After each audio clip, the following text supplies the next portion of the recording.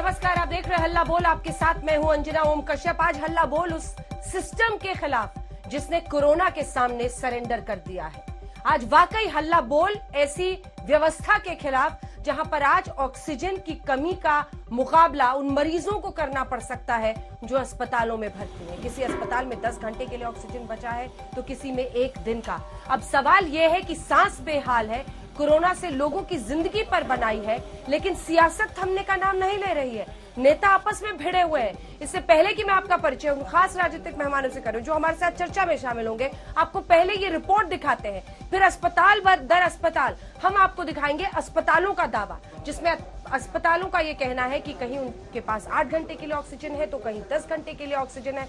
हर अस्पताल उसका नाम और उसी के साथ उनका दावा कि कितने घंटे का ऑक्सीजन उनके पास बचा हुआ है। इस रिपोर्ट के बाद आपको दिखाएंगे। देखिए पहले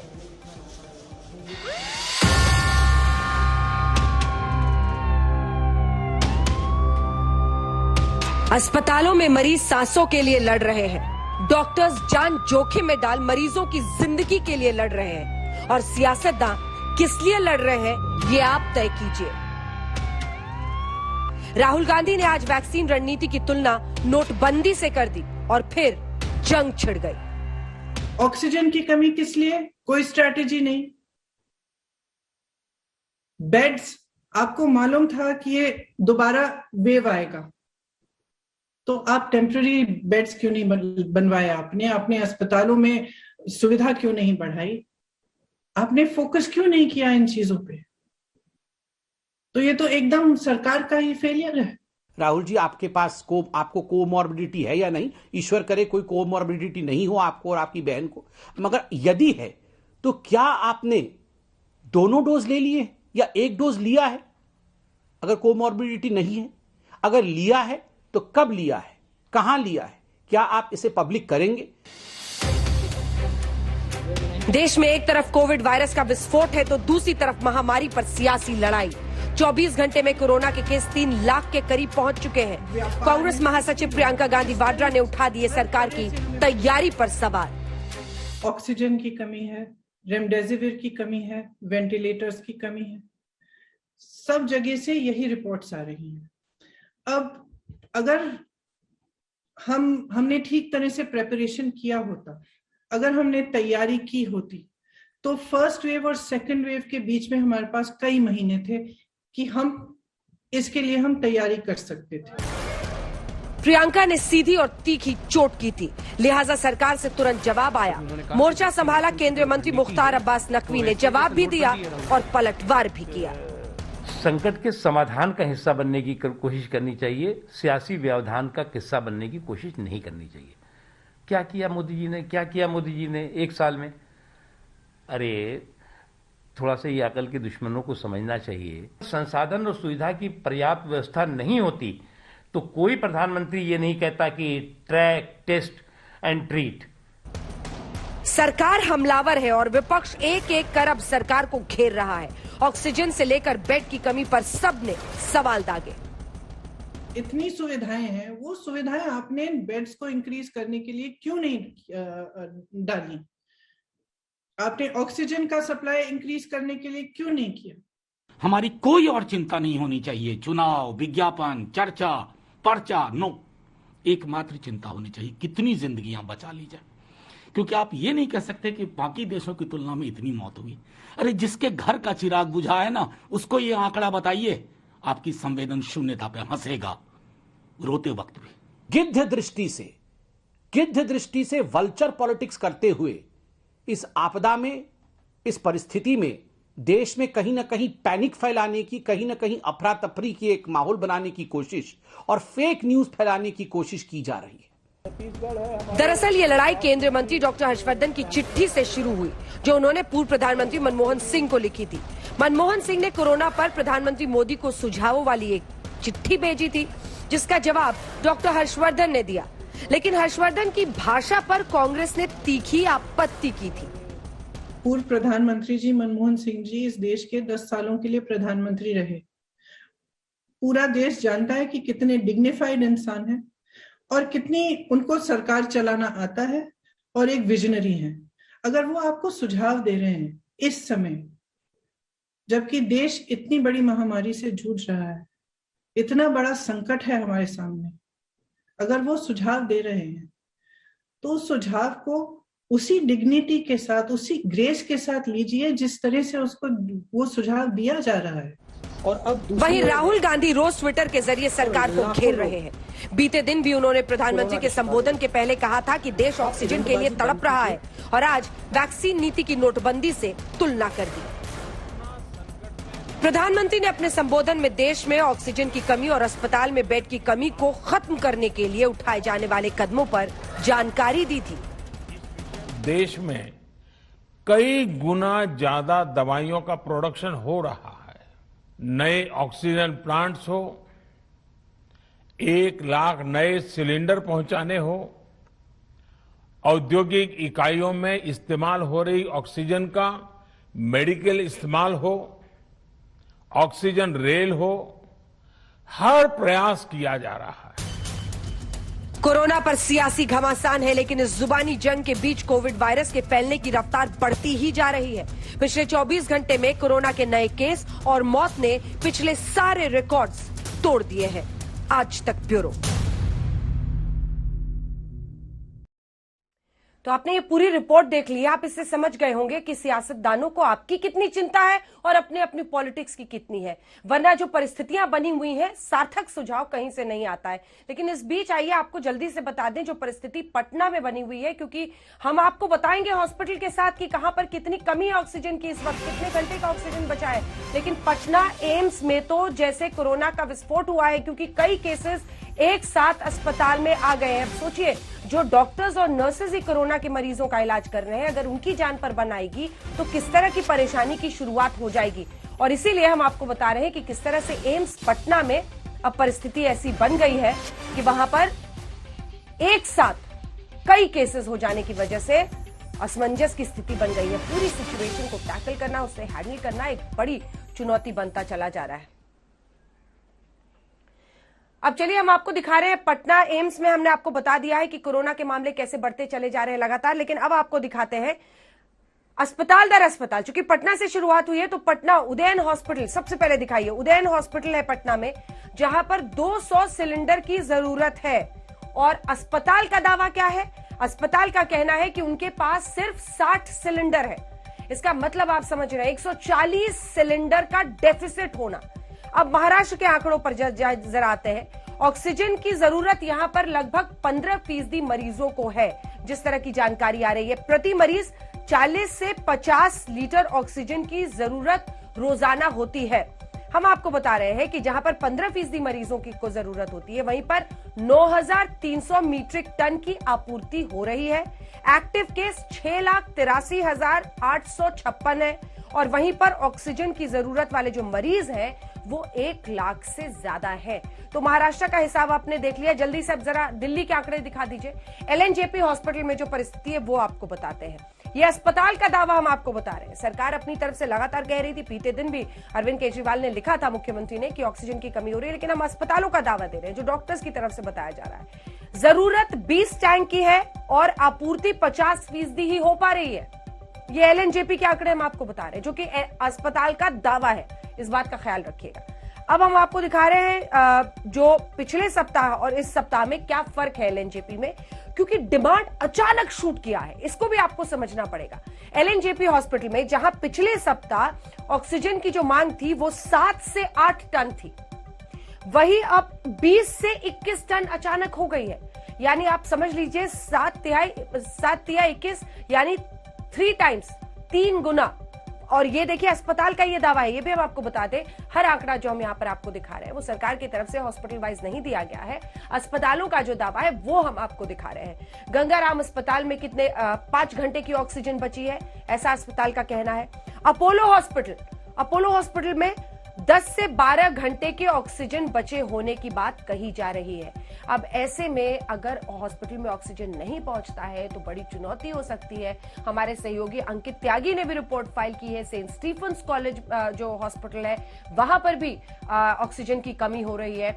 आज शाम में 4 बजे वहां पर पहुंचना था, लेकिन ऑक्सीजन, और वहां पर तो लगभग 300 पेशेंट्स हैं जो ऑक्सीजन पर इस वक्त निर्भर है। और ऐसे में हम आपको लिए चलेंगे वहां भी अंकित त्यागी हमारे सहयोगी के पास, लेकिन उससे पहले आपका परिचय उन खास मेहमानों से करा दें जो हमारे साथ इस चर्चा में शामिल हो रहे हैं। गौरव भाटिया, राष्ट्रीय प्रवक्ता भारतीय जनता पार्टी के, हमारे साथ चर्चा में जुड़ रहे हैं। सुप्रिया श्रीनेत, कांग्रेस पार्टी की प्रवक्ता, हमारे साथ जुड़ रही है। हमारे साथ अजय आलोक, प्रवक्ता जेडीयू के, जुड़ रहे हैं। और विद्या चौहान हमारे साथ जुड़ रही है जो कि प्रवक्ता है एनसीपी की। सबसे पहले गौरव भाटिया जी, आपके पास आते हुए देखिए, परिस्थितियां जो पूरे देश में बन रही हैं ऑक्सीजन की कमी को लेकर, ये परिस्थिति नहीं होनी चाहिए थी, लेकिन अचानक फैले इस वायरस की वजह से संक्रमण इतना गहरा होता चला जा रहा है।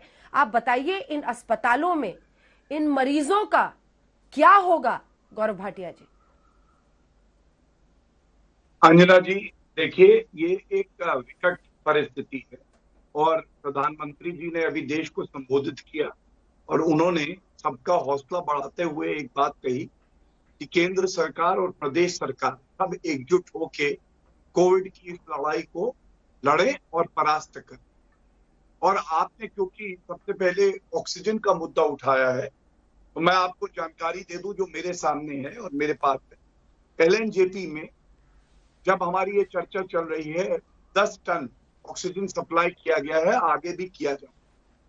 और इसके अलावा गंगाराम अस्पताल में भी 4500 क्यूबिक मीटर ऑक्सीजन सप्लाई किया गया है, आगे भी किया जाएगा। ऑक्सीजन एक्सप्रेस ट्रेन चलाई गई, जिससे कल भी एक समाचार आ रहा था कि हर प्रदेश जहां कमी है वहां पे ऑक्सीजन पहुंचे, वो पहुंचाया जा रहा है। और एक न्यूज रिपोर्ट दिखाई जा रही थी, इसमें बताया गया किस तरह से ऑक्सीजन एक्सप्रेस ट्रेन ने ऑक्सीजन पहुंचाया और 300 नागरिकों की जान उस वक्त तुरंत बची। लेकिन एक बात मैं जरूर कहूंगा, और ये आरोप लगाने का समय नहीं है इसलिए मैं नहीं लगाऊंगा, लेकिन कुछ प्रदेश के मुख्यमंत्री थे 4 दिन पहले तक, अंजना जी, कह रहे थे कि हमारे पास पर्याप्त मात्रा में बेड है, ऑक्सीजन है। शायद उनके आकलन में चूक हुई होगी। आज केंद्र सरकार श्री नरेंद्र मोदी जी के नेतृत्व में और जितने भी मुख्यमंत्री हैं, सबको सहयोग मिल रहा है, केंद्र सरकार का भी। और 12 ऐसे स्टेट हैं जिनको चिन्हित किया गया है। नरेंद्र मोदी जी ने एक बैठक करके एम्पावर्ड कमेटी बनाई और इन 12 जो प्रदेश हैं, इनको जल्द से जल्द आज भी दिया जा रहा है, आगे पर्याप्त मात्रा में ऑक्सीजन दिया जाएगा, जिससे हर नागरिक की हम लोग जान बचा सके। लेकिन एक बात मैं और कहूंगा, सिर्फ और सिर्फ कोई कमी हो तो कहें कि नरेंद्र मोदी जी और केंद्र सरकार ने क्या किया, ये भी उचित नहीं है, क्योंकि मुख्यमंत्री जो हैं उनको भी साथ मिलकर चलना होगा। और आप भी जानती है, स्वास्थ्य जो है संविधान में एक स्टेट सब्जेक्ट है।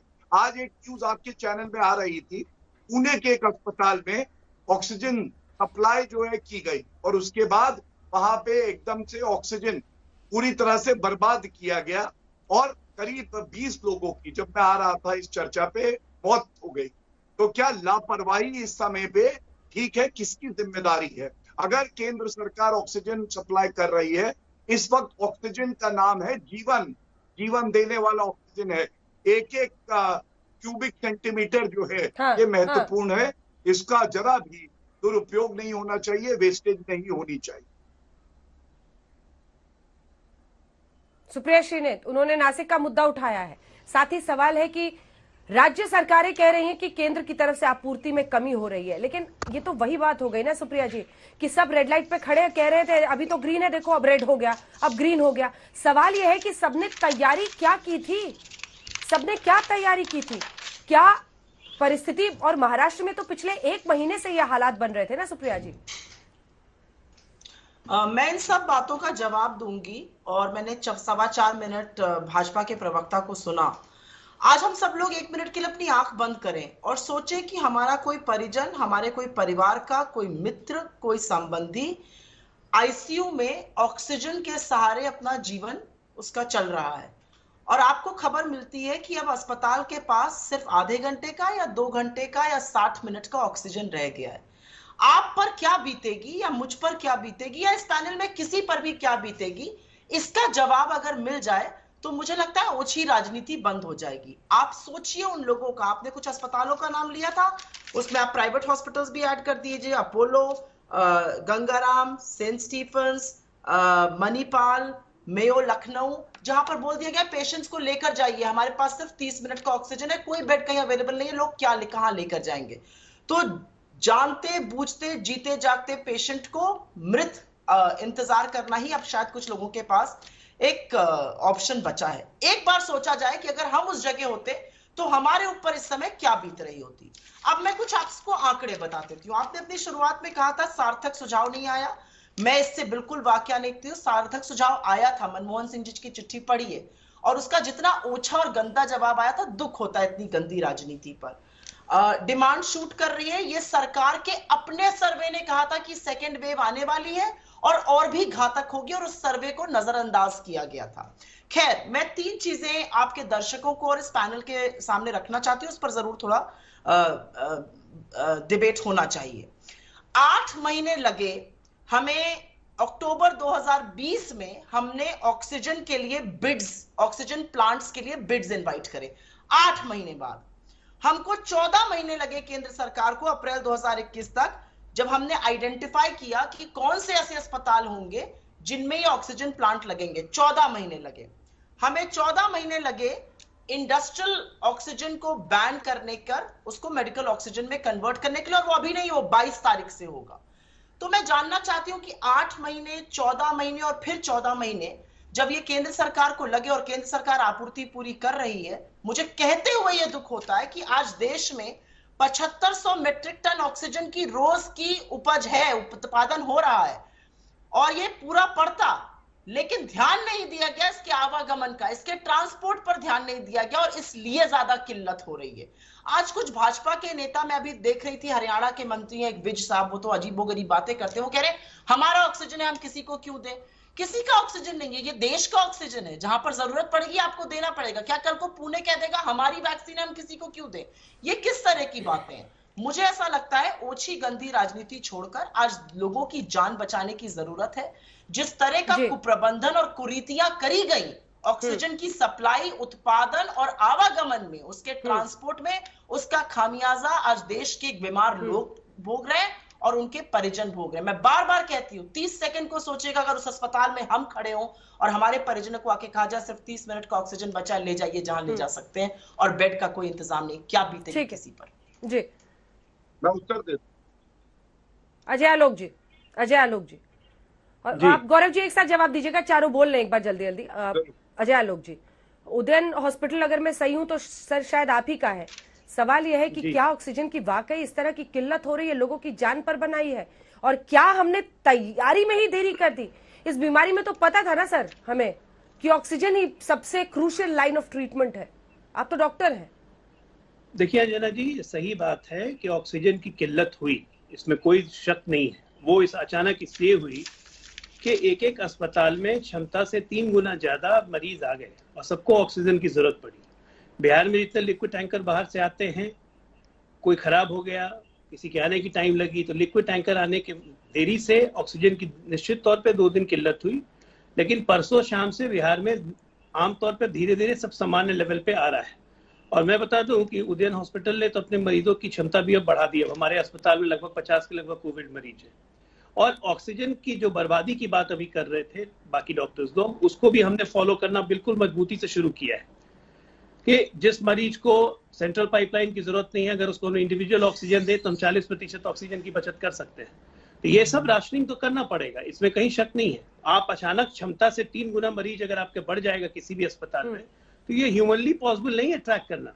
आप खुद बता रही है कि एलएनजीपी की 3 गुना आवश्यकता बढ़ गई। टैंकर की स्पीड ऑक्सीजन की 40 किलोमीटर प्रति घंटा से ज्यादा नहीं होती है, क्योंकि ये अलाउड नहीं है उनको 40 किलोमीटर से ज्यादा चलने को। रात में 11 बजे से लेकर सुबह 5 बजे तक वो चलते नहीं है, क्योंकि रात में ऑक्सीजन का मूवमेंट नहीं होता है। ये तमाम रेस्ट्रिक्शंस भी याद रखनी चाहिए।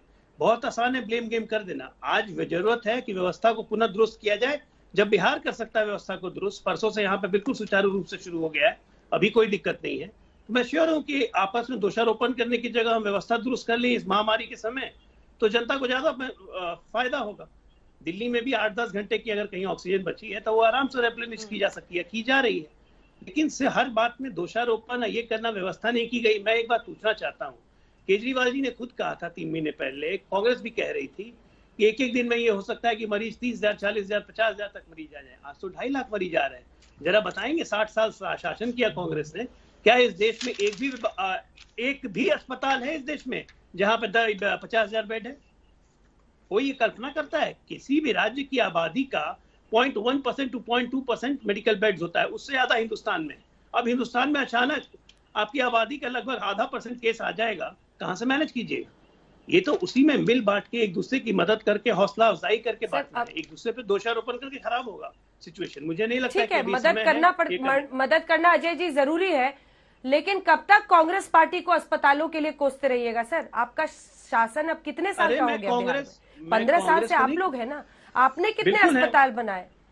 हमने इतने बनाए कि 7 मेडिकल कॉलेज थे। बीजेपी भी 6 साल हो चुकी है अब इनकी सरकार, 6 क्या 7-8 साल हो गए, 7-8 साल हो गए ना सर, 7 साल हो गए ना बीजेपी के केंद्र में। सवाल यह है कितने अस्पताल हमने बनाए? अंजना जी सुनिए सर, ऑक्सीजन के लिए अगर अजय जी डॉक्टर साहब, आज मैं आपको अजय आलोक भी नहीं कहूंगी, मैं डॉक्टर साहब कहूंगी। डॉक्टर साहब आप ही बताइए मुझे, अगर कोई डॉक्टर ये बताने लगे मरीज को कि ऑक्सीजन आ रहा था लेकिन देखिए ना गाड़ी खराब हो गई, देखिए ना गाड़ी ठीक से नहीं चल पाती है, गाड़ी की स्पीड इतनी रहती है, ये किस सदी में जी रहे हैं हम? हमने अपनी स्वास्थ्य सेवा को पूरी तरह से अपंग बना के रखा हुआ है, कभी उस पर फोकस ही नहीं किया, और ये तमाम सरकारों की जवाबदेही मानी जाएगी ना अजय आलोक जी? नहीं, बिल्कुल मानी जाएगी, मैं इसमें गुरेज नहीं करता हूं, लेकिन मैं बिहार का कोई उदाहरण दे रहा हूं कि 15 वर्ष पहले जब हम आए थे तो सिर्फ 7 मेडिकल कॉलेज होते थे, आज 22 मेडिकल कॉलेज अस्पताल है।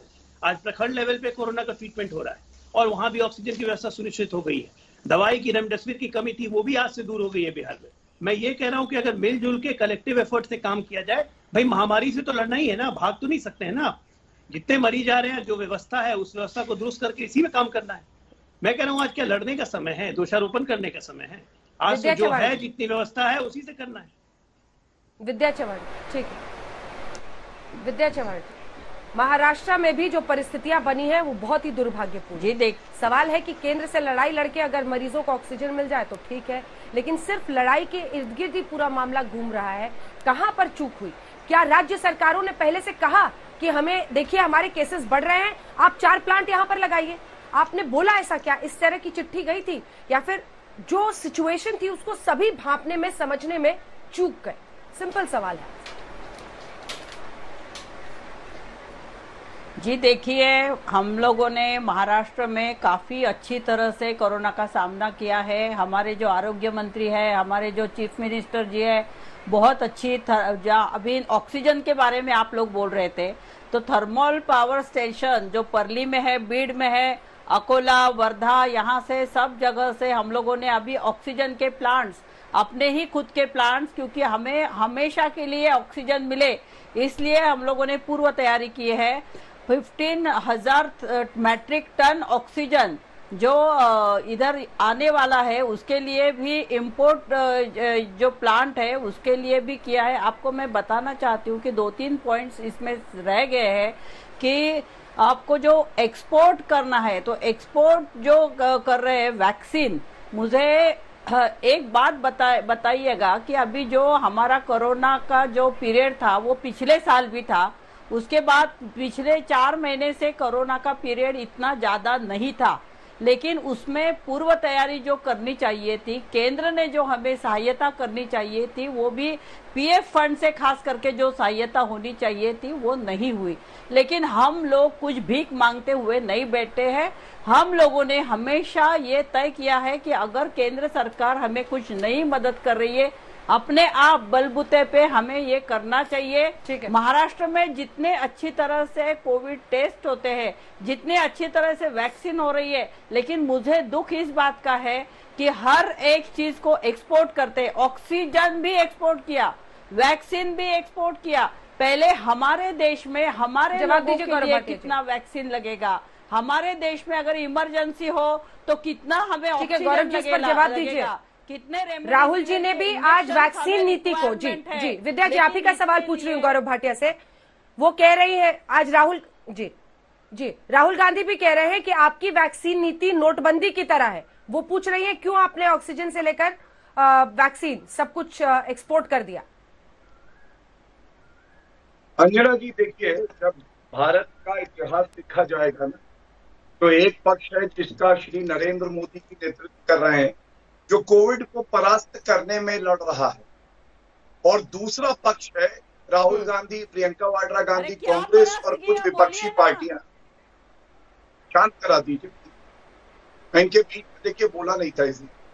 दर्शक देखेंगे, ये निकलेंगे तो इन लोगों को छोड़ेंगे नहीं अगर संवेदनशीलता नहीं बनाएंगे। और अंजना जी आपको आना चाहिए, इनको चुप कराना चाहिए प्लीज। आपकी बात कह लूं? चुप है, बोलिए। धन्यवाद। देखिए, नरेंद्र मोदी जी इस वक्त निश्चित कर रहे हैं कि हम कोविड को परास्त करें, और विपक्ष कांग्रेस पार्टी, प्रियंका वाड्रा, राहुल गांधी और बाकी दल ये कोशिश कर रहे हैं कि हम नरेंद्र मोदी जी को कैसे परास्त करें। इन्होंने मुझसे जो बातें उठाई मैं उसका उत्तर देता हूं। आज प्रियंका वाड्रा का एक ट्वीट आया, घिनौना, शर्मसार करने वाला, कहती है do Indian lives matter. Priyanka Vadra, Rahul Gandhi, Sonia Gandhi ji, मेरा प्रश्न है आपकी और आपकी प्रवक्ता बैठी उत्तर देती। Health is a state subject. ऐसा क्यों हुआ? एक साल में आपके पास दूरदर्शिता नहीं थी, 60,000 भारतीयों की जान गई है। लेकिन मुझे ये बताइए, आपको भी लोग फोन कर रहे होंगे ना, कह रहे होंगे कि कहीं पर बेड की व्यवस्था कर दीजिए। आप भी उस लाचारी का सामना कर रहे होंगे जो मैं कर रही हूं, क्योंकि आज मेरे ऑफिस से लोग, दूसरी जगहों से लोग, किसी के पिता को हॉस्पिटल की जरूरत है, किसी और, मैं कई डॉक्टर्स को लिखती हूं जो कहते हैं नहीं अभी 45 लोग बाहर वेटिंग में है। ये भयावह परिस्थिति बन गई है और ये मानवता को हिला देता है। ये सरकार, सत्ता उससे बहुत ऊपर की चीज है। सवाल ये है कि जवाबदेही तो उन्हीं की होगी ना जो सरकार में है। इसीलिए आपसे ये सवाल है। आपको भी लोग फोन कर रहे होंगे। अंजना जी, आप थोड़ा समय दे दीजिएगा। आपके प्रश्न का उत्तर पहले देता हूं, फिर कुछ बातें मैं भी कहना चाहूंगा। देखिए, कुछ हमारे आज भाई बहन जिनको चिकित्सा चाहिए, पीड़ित है, उनको इलाज चाहिए। 2 डॉक्टर हैं। एक डॉक्टर वो है जो 10 पेशेंट में 9 को ठीक करता है और एक की कोशिश करता है ठीक हो जाए, दुर्भाग्यपूर्ण तरीके से मौत हो जाती है। दूसरा डॉक्टर बगल में बैठ के केवल उंगली दिखाता, कहता देखो एक की मौत हो गई, एक की मौत हो गई। तो एक नागरिक आके अच्छे डॉक्टर से पूछता है कि भाई तुम इसको जवाब क्यों नहीं देते, ये तो कुछ करता ही नहीं है, सिर्फ बैठा है और उंगली उठाता है। तो अच्छा डॉक्टर मालूम है क्या कहता है? कहता है जितनी देर में इसको उत्तर देंगे उतनी देर में एक और भारतीय नागरिक की जान बचेगी। तो ये बुरा डॉक्टर कौन है, ये पूरा देश देख रहा है। अपने आपकी बात रखनी। प्रियंका वाड्रा गांधी का एक ट्वीट आया, उन्होंने कहा कि क्या ये भारतीय नागरिक नहीं है जिनकी जान जा रही है, और ये बहुत ही शर्मिंदा करने वाला है। तो प्रियंका वाड्रा जी, मैं आपसे ये सवाल पूछ रहा हूं और आपके प्रवक्ता बता दें, 60,000 दुर्भाग्यपूर्ण मौतें हुई हैं महाराष्ट्र में। क्या प्रियंका वाड्रा गांधी, राहुल गांधी, सोनिया गांधी, इनके पास समय नहीं था कि वहां पे बेड, वेंटिलेटर, ऑक्सीजन और दवाइयों की सप्लाई बेहतर कर सके? इसके लिए तो केंद्र सरकार की कोई आवश्यकता नहीं थी। दूसरी बात, कांग्रेस की प्रवक्ता कह रही थी आंखें बंद करिए। मैं आंखें बंद कर रहा हूं। मैंने 1 मिनट आंखें बंद करी, आपको मालूम है क्या दिखाई दिया? 60,000 चिताएं जो महाराष्ट्र में जली और उनके परिवारजन जो रो रहे थे वो दिखाई दिया। छत्तीसगढ़ में एक कूड़े का ट्रक जिसमें पार्थिव शरीर पड़ा हुआ था वो दिखाई दिया। 60 वेंटिलेटर जो झारखंड को दिए गए हैं पीएम केयर से वो दिखाई दिए। और अगर हिम्मत हो तो मेरे प्रश्न का उत्तर दे दीजिएगा। ठीक है। महाराष्ट्र को अकेले सीएम रिलीफ फंड में करीब 750 से 800 करोड़ रुपया मिला है अंजना जी। 25% इन्होंने इस्तेमाल किया, बाकी क्यों नहीं किया? ये सवाल। 11 लाख करोड़ जो कांग्रेस शासित राज्य है उनका बजट। 1 मिनट अंजना जी प्लीज, ठीक है, अब जवाब आपकी बात पूरी की। हाँ, उनसे यही पूछिएगा। मैं एक और प्रश्न पूछ रहा हूँ, क्योंकि उंगली उठाना बड़ा आसान है, लोगों की जान बचाना, आंसू पोंछना ये मुश्किल कार्य है जो मोदी जी और भाजपा की सरकारें कर रही है। मेरा आखिरी सवाल है, 11 लाख करोड़ रुपए इन लोगों का बजट है जो 5 सरकारें हैं, इनसे पूछेगा कितना इन लोगों ने बाकी श्रमिकों को दिया, इलाज में लगाया, वो नहीं बताएंगे, केवल और केवल कोसेंगे। बेड नहीं है मोदी जी की वजह से नहीं है। हाँ प्लीज। अंजना जी, सुप्रिया, अंजना जी, मृतकों पर जितना ओछा और भद्दा एग्जाम्पल इन्होंने दिया था, मैं उस स्तर पर गिरकर तो नहीं बात करूंगी, लेकिन क्योंकि सवाल पूछा तो सवाल का सीधा जवाब दूंगी। हमारे देश में 4,502 मीट्रिक टन ऑक्सीजन का एक्सपोर्ट हुआ वित्तीय वर्ष 2020 में, लेकिन आपको पता है 1 अप्रैल 2020 से लेकर 31 मार्च 2021 जब कोरोना का पूरा प्रकोप था, कोरोना का पूरा तांडव था, तब वो एक्सपोर्ट दोगुना कर दिया गया। हमारे यहाँ वैक्सीन भी एक्सपोर्ट हो जाती है, हमारे यहाँ ऑक्सीजन भी एक्सपोर्ट हो जाता है, और हम जो वर्ल्ड की फार्मेसी है हम किल्लत झेल रहे हैं और अब हम इंपोर्ट कर रहे हैं। तो जिन लोगों का, आप बीच में मत बोलिए, आप इतनी ओछी बातें करके बीच में ना बोला करिए, 2 मिनट रुक जाइए, थोड़ा आपसे जवाब लूंगी गौरव जी, पूरा कर बात आप करती हैं। आपने एक सवाल का उत्तर नहीं दिया और अंजना जी आपको पूछना चाहिए। जो सवाल मैंने उठाए वो नागरिक पूछ रहे हैं। ओछी सर्टिफिकेट देती है बैठ के केवल। ठीक है गौरव जी। अंजना जी, मुझे ऐसा लगता है कि आज बहुत सारे लोग जो ये शो देख रहे हैं, वो या तो आवेश में है या बहुत दुखी हैं। तो उनके सामने हम एक सवाल पूछेंगे, ऑक्सीजन की कमी से जिन लोगों की मौत हो रही है आज इस देश में, उसका जिम्मेदार कौन है? और आपने कहा था ना, आपके सहयोगी, मैंने अपनी किसी बहुत प्रिय को खोया है, और इसलिए खोया है क्योंकि ऑक्सीजन बेड नहीं मिला लखनऊ में। बताइए इसका जिम्मेदार कौन होगा? मैं किसके पास जाके गुहार लगाऊं? वो परिवार किसके पास जाके करे? बताइए जरा मुझे। जिम्मेदार कौन है, इसका उत्तर दे दीजिए, मैं दूंगा आपकी बात। और एक चीज मुझे बताइए, बेकार की बात, इतिहास की बात करी जा रही थी। इतिहास जब लिखा जाएगा ना, तो ये जरूर पूछेगा कि आज बिहार में पंचायत के चुनाव टाले जा सकते हैं कोरोना के चलते, जहां पर 13 करोड़ लोग हैं, लेकिन उत्तर प्रदेश जहां की जनसंख्या 22 करोड़ है, वहां पर पंचायत के चुनाव होंगे। जब वहां पर हाई कोर्ट कहेगा कुछ जिलों में लॉकडाउन लगा दो, तो सरकार मना कर देगी और सरकार संवेदनशील हो जाएगी। कौन होगा कोरोना संक्रमण का जिम्मेदार यूपी में? मुझे बताइए। यूपी में डबल इंजन की सो कॉल्ड सरकार है ना, और बिहार की बात गौरव जी जवाब दीजिए, गौरव जी जवाब दीजिए, फिर सुप्रिया जी के लिए मेरे पास भी एक सवाल है। अंजना जी, ठीक है, जवाब दे रहे हैं। मैं कुछ बोलना चाहती हूँ। अंजना जी, मैं पूछना चाहती हूँ आपसे एक बात। जब हम इतनी बड़ी बड़ी बातें यहाँ पर बैठकर कर रहे हैं, हम पूछना चाहते हैं कि कब तक दोषारोपण कांग्रेस पर, कब तक दोषारोपण विपक्ष पर, कब तक दोषारोपण राज्य सरकारों पर होता रहेगा? इस नंगे नाच की सत्ता की लोलुपता में जो भूल गए थे कोरोना को, उसका अंत होगा? नहीं, दोषारोपण राज्य सरकार। सुप्रिया जी काउंटर क्वेश्चन। नहीं, ठीक है, पिछली सरकारों को आप नहीं कोस सकते, लेकिन जो राज्य सरकारें मौजूदा है उनसे सवाल पूछे जाएंगे। ये दोषारोपण नहीं है, ये जवाबदेही है। ये पूछा जाएगा कि अस्पतालों में बेड्स की तैयारी क्यों नहीं करके की गई थी? जैसा पिछली लहर में हमने देखा था, कई बड़े स्टेडियम्स थे, यहाँ था वहां था, कई जगहों पर तैयारी थी। सेकेंड वेव को आते हुए देखकर भी सब इनएक्टिव बैठे हुए थे। राज्य सरकारों पर दोषारोपण आप इसे कहेंगी? राज्य सरकारों की जवाबदेही दोषारोपण कैसे होगी? पुरानी सरकार से कोई नहीं पूछ सकता। मैंने भी टोका अजय आलोक को। अंजना जी, मैं आपसे इसीलिए पूछना चाहती हूँ, एक साल में केंद्र सरकार ने क्या प्रिपरेशन करी? जो इंटरनल सर्वे रिपोर्ट थी उस पर क्या आया? इंटरनल सर्वे रिपोर्ट पर मोदी सरकार ने क्या किया? इंटरनल सर्वे रिपोर्ट पे सेकंड वेव आने वाली थी, उस सेकंड वेव के आने में क्या प्रिपरेशन थी? सेकंड वेव के आने में क्या तैयारी थी? मैं ये तो पूछूंगी ना अंजना जी, क्यों हमने ऑक्सीजन की निर्यात दोगुना कर दिया एक साल में? राज्य सरकारों ने क्या किया, वो भी तो एक सवाल है ना। अरे भाई, केंद्र सरकार निर्यात कर रही है ऑक्सीजन। विद्या चौहान जी कुछ बोलना चाहिए। आप इस पर नहीं बोलिएगा अंजना जी। केंद्र सरकार ने एक्सपोर्ट सिर्फ ऑक्सीजन पर आप सवाल पूछ सकती है, लेकिन बाकी जो अस्पतालों के हालात, बेड्स की तैयारी, एक बार विद्या जी बोल रहे। ठीक है सुप्रिया जी। हाँ विद्या जी बोलिए विद्या जी बोलिए बोलने तो दीजिए जी विद्या बोलने तो दीजिए। देखिए विद्या जी, ये कोरोना कोई भाजपा की सुनने वाली नहीं है। परास्त करेंगे, इससे कोई कोरोना परास्त होने वाला नहीं है। उसके लिए अच्छी हेल्थ मैनेजमेंट चाहिए, इसके लिए नियोजन चाहिए, हेल्थ के लिए इंफ्रास्ट्रक्चर चाहिए। और यहाँ पर जो डिक्टेटर बैठे हैं, वो डिक्टेटर जो है ना, वो कुछ नहीं कर रहे। वो बोलते हैं वो 4 महीनों से आप बीच में मत बोलिए। पिछले 4 महीनों से सिर्फ चुनाव में जुटे हुए हमारे केंद्र के गृह मंत्री अमित शाह जी मास्क नहीं पहनते। मुझे उनको पूछना है, मास्क नहीं पहनते आप तो लोगों को क्या संदेश दे रहे हैं? पूरे रैली में बंगाल में उन्होंने मास्क नहीं पहनी, ना ही लोगों ने मास्क पहनी। इनकी वजह से कोरोना बढ़ गया है। यहाँ पर कुंभ मेला करते हैं, वहाँ पर बाद में प्रधानमंत्री बोलते हैं कि कुंभ मेला करना नहीं चाहिए, ये नहीं करना चाहिए, लेकिन वक्त की कमी है, आपको जवाब नहीं मिलेगा। गौरव भाटिया जवाब दीजिए, फिर अजय आलोक जी भी जवाब देना चाह रहे। एकदम गैर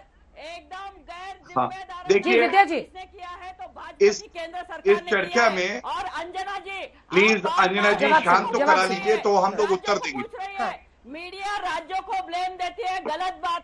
राज्य सरकार अपना काम अच्छी तरह से कर रहे हैं। नहीं, ये लेकिन गलत है। बार बार राहुल सवाल गांधी पूछ रहे हैं। बार बार प्रियंका नहीं, गांधी एक सेकंड, कहना, एक सेकंड। बार बार मनमोहन सिंह को डांटना, इन्होंने जो काम किया था वो काम अब तो ये कर विद्या जी, रहे थे आपको भी 7 थोड़ी बात साल सुननी में। होगी। लेकिन मीडिया दरअसल दिक्कत ये है ना कि अब इस देश में मीडिया ने किसी भी उनसे राजनीतिक पूछना पार्टी चाहिए। या सरकार को आवाज इनकी नीचे कीजिए। पहले मेरा जवाब सुनिए। चूंकि मीडिया ये कर रही है, तो विद्या चौहान मेरा जवाब सुनिए और ध्यान से सुनिएगा। हमेशा के लिए इस बात को गांठ बांध कर रख लीजिए। आज तक जब सवाल पूछता है, सबसे पूछता है। चूंकि अब किसी राजनीतिक पार्टी में ये रही नहीं गई है हिम्मत की वो किसी की बात सुने या थोड़ी सी भी क्रिटिसिज्म आप कर दीजिए, उनसे बर्दाश्त नहीं होता है। वरना ऑक्सीजन की जो कमी है, मेरे पूरे बुलेटिन की शुरुआत इसी बात से हुई थी। हर अस्पताल में ऑक्सीजन की जो कमी है, 4 घंटे का ऑक्सीजन, कहां 5 घंटे का ऑक्सीजन, कहां पे हाफ ऑक्सीजन की आपूर्ति, इन्हीं आंकड़ों के साथ मैंने शुरुआत की थी विद्या चौहान जी। तब आपने आंखें बंद कर ली थी, तब आपको नहीं सुनाई दे रहा था मैं क्या कह रही हूं, तब मैं गौरव भाटिया से क्या पूछ रही हूं। लेकिन एक सवाल राज्य सरकारों की स्वास्थ्य जो व्यवस्था है, अस्पतालों के हालात है, उस पर पूछ ले तो आपको मीडिया में खोट नजर आने लगती है। थोड़ा अपने निगहबान में भी झांक कर देखिए, चश्मा उतारिए और साफ देखिए। मैंने पूरे बुलेटिन की शुरुआत इस 1 घंटे में ऑक्सीजन की कमी पर की है। ऑक्सीजन की आपूर्ति के लिए केंद्र सरकार जिम्मेदार है, लेकिन एक सवाल आपसे पूछ ले, बर्दाश्त नहीं होता। बहुत बड़ी जिम्मेदारी हम निभा रहे हैं, जिम्मेदारी आप लोगों को भी निभानी है। और ये सोचते हैं आप कि किसी को टिप्पणी करके आप मीडिया को रोक देंगे सवाल पूछने से, ये गलत है। अब इसको प्लीज डिरेल मत कीजिए बहस को। गौरव भाटिया जी जो सवाल वो उठा रही है, उस पर जल्दी से जवाब दीजिए। ये गलत है। पूरा बुलेटिन 1 घंटे का शो ऑक्सीजन की आपूर्ति पर है। आप लोग चाहते हैं आपके गुणगान करे, जो आपका गुणगान करे वो महान पत्रकार, जो एक सवाल पूछ दे वो आपको फिर गड़बड़ नजर आने लगता है। प्लीज विद्या जी, कोरोना पर बात कीजिए, कोरोना पर बात कीजिए। गौरव भाटिया, मोदी जी का कीजिए। देखिए अंजना जी, मुझे बड़ा दुख होता है ये कहते हुए, और मैं आपको तथ्यों के साथ अगर कोई बात कर रहा है। विद्या चौहान जी, आप अपने मुख्यमंत्री का गुणगान कीजिए। हम उस मरीज की चिंता करेंगे जो अस्पताल में ऑक्सीजन का इंतजार कर रहा है। हम उस डॉक्टर की चिंता करेंगे जो अस्पताल में इस वक्त भी लड़ रहा है मास्क लगाकर 18 घंटे। हमें आपकी सरकार की चिंता नहीं है। ये जो आप उटपटांग बातें कर रही है ना, इसको साइड में रखिए। वापस कोरोना मरीज और डॉक्टर की बात कीजिए। ऑक्सीजन की आपूर्ति पर जवाब दे रहे गौरव भाटिया, और बेवजह की बात करने की कोई जरूरत नहीं है यहाँ पर। गौरव भाटिया की आवाज उठाइए, उनका जवाब सुनिए जल्दी से। गौरव भाटिया, 2 लाइन में जवाब। अंजना जी धन्यवाद। आपके शो में केवल 2 ऐसे प्रवक्ता थे जिन्होंने तथ्यों पे बात करी, एक हमने बताया और एक अजय आलोक जी ने। और मैं एक बात कहूंगा, जब महाराष्ट्र की सरकार को 1 साल मिला और मैंने सवाल पूछा कांग्रेस से और एनसीपी से भी कि इन्होंने बेड, ऑक्सीजन सप्लाई, वेंटिलेटर और दवाई, ये 4 चीजें हैं, राज्य भी सुनिश्चित कर सकते थे पर्याप्त मात्रा में, क्यों नहीं किया? क्योंकि वसूली कर रहे थे। दूसरी बात, 60,000 दुर्भाग्यपूर्ण मौतें हुई हैं पूरे देश के, है जो एवरेज है उससे बहुत ज्यादा क्यों हुई है? और जब ऑक्सीजन सप्लाई पर पीएम ने बीते दिन कहा है कि जल्दी से हो जाएगा। वो जल्दी कब आएगा गौरव भाटिया? ऐसी कोई वो जल्दी कब आएगा गौरव भाटिया?